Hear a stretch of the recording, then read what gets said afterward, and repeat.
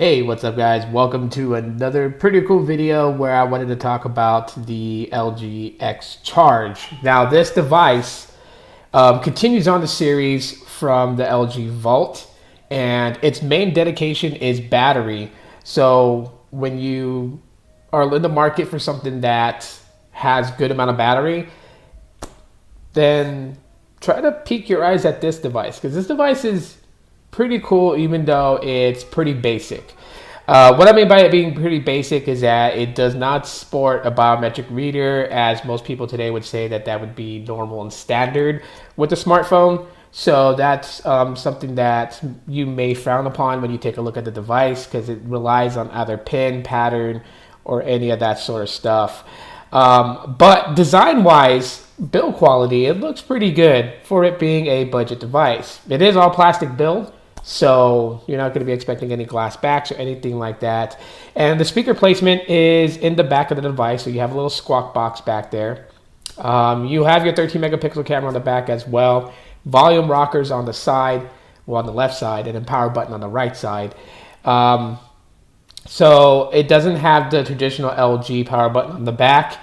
And that's just because it sports a pretty big battery. It sports a 4,500 milliamp hour battery in the back. So I'm assuming that's the reason why they didn't put any of the control buttons on the back of the device. Would be cool to see if they did like the LG standard volume up, volume down, power button on the back of the phone. That would have been pretty cool to see. So it is running LG's UX theme. Some people hate it. Some people are okay with it. I'm personally fine with it. It keeps all the icons on the screen. You can add the home button with the app drawer button if you want to. It is a selectable launcher to use, defaulted by LG, so it's not one you have to download really from, like, say, the internet. So I mean, you can have an app drawer if you want, or if you just want all your apps on the screen just to make it simple, just do it as that. This device is running 7.1.1 Nougat, so it's not on the latest Oreo or updated to Android P or Popsicle. I'm assuming Android P is going to be Popsicle, but yeah, it's not anywhere up there just yet. But 7.1.1 Nougat, it's at least not on Marshmallow. So with that, basically you're gonna have pretty decent user experience with it, especially being with on Nougat and the features that Nougat has. There is no plans that I know of for it to update to Oreo, and with the track record of manufacturers, it may not ever see Oreo. Fingers crossed that it will. The phone is fully customizable, so you can add themes, which is pretty cool. So it has LG Smart World, where you can add fonts, keyboard layouts, wallpapers, and even its Home Theme Plus, where it's a little bit better than the original LG themes that there used to be. So it does a little bit more skinning, but compared to Samsung's themes or HTC's themes, it's still running dead last in my opinion. I just think that while they have some pretty cool ones over there, some of them are just real too cartoonish for my taste. Again, this is subjective right here, but some people may differ. But hey, at least you can theme it, right, and give it a whole different look. So on here, it sports a 5 megapixel front-facing camera and a 13 megapixel rear-facing camera, and there's not a lot of modes to play around with, but it does have some really nifty features, like you can swipe across the screen to flip between front and rear camera. That's always nice, in the spur of the moment where you don't want to have to reach over and tap that, camera switcher icon on there. So you guys can see in settings, basically it's just got some plain stuff, how to adjust either 16:9 aspect ratio or 4.3 or 4:3 aspect ratio, and the resolution of video being shot. You can adjust all that in there. It does not have a pro mode, so for those people who are looking to do professional photography, you don't really have a pro mode to play around with and try to adjust white balance and ISO settings and things like that. So yeah, this is a basic camera. This is a basic camera for you to use. But the cameras do very well. Now, they may not do absolutely well in low lights, and that is something that's known with LG devices, especially mid-rangers. If you want a camera from LG that's really good, you might want to go with their flagships like the V20 and V30 or the G6 or the upcoming G7. Obviously, they're going to put better sensors in their flagship than they will in their mid-range. But then again, this device is not really meant to be marketable for photography or marketable for fancy schmancy hardware features. It's marketable for battery life, in which it does very well on. You can get, after me having this for a couple of months now, you can really get this phone to extend 2 days with light usage, a day and close to a day and a half with moderate usage, and you will at least get 28 hours if you're using it hardcore. So battery is very excellent on it. It does have all the the native things for Google, such as Google Assistant. I'm going to play around with it right now, as you guys can see.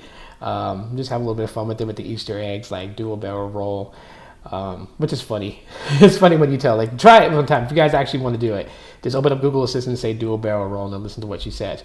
Or even do like the old Konami code, up up down down left right, and then see what it says. And it's just kind of funny. And before, I used to like tell you like the aggressive mode was activated, because I believe that was the code for Mortal Kombat to have blood mode on the Sega Genesis version. But yeah, it says something pretty different right now. But all in all, speaking, the LG X Charge, for what it is, basically, right? 16 gigs of onboard storage. It has 2 gigabytes of RAM, so it's pretty much in the standards for today's budget devices. And then on top of that, it has a Snapdragon 425 chipset. So it's clocked at 1.4 gigahertz. So you're getting enough to be able to run today's applications on there, and you're getting enough to be able to do simplistic tasks and everyday moderate tasks. But with that, the main thing here to remember is that its marketing is battery life, and then that's what it does absolutely very well. So in my opinion, is it worth picking up the LG X Charge?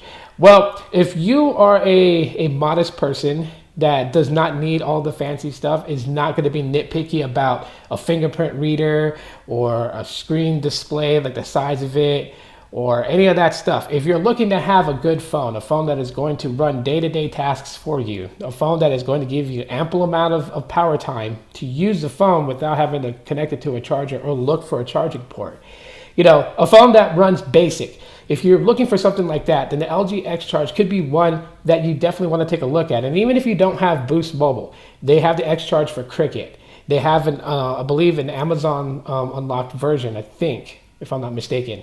But you have other options of getting a hold of the LG X Charge. And even if you get it on Cricket, if you unlock it from Cricket, you should be able to use it on T-Mobile.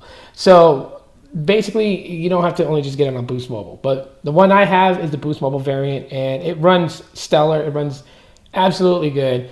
It does not pain me that it doesn't have a fingerprint reader, because I really don't care for stuff like that. Pattern security works great for me. People can't figure out my pattern, so I feel very secure about my phone. And then the last thing I did want to make mention that I failed to mention about the cameras, though, that's really cool, is that not only does it have an LED flash on the back, but it also has it on the front of the camera. So even if you don't get the good low lighting, you do have a flash to help with that.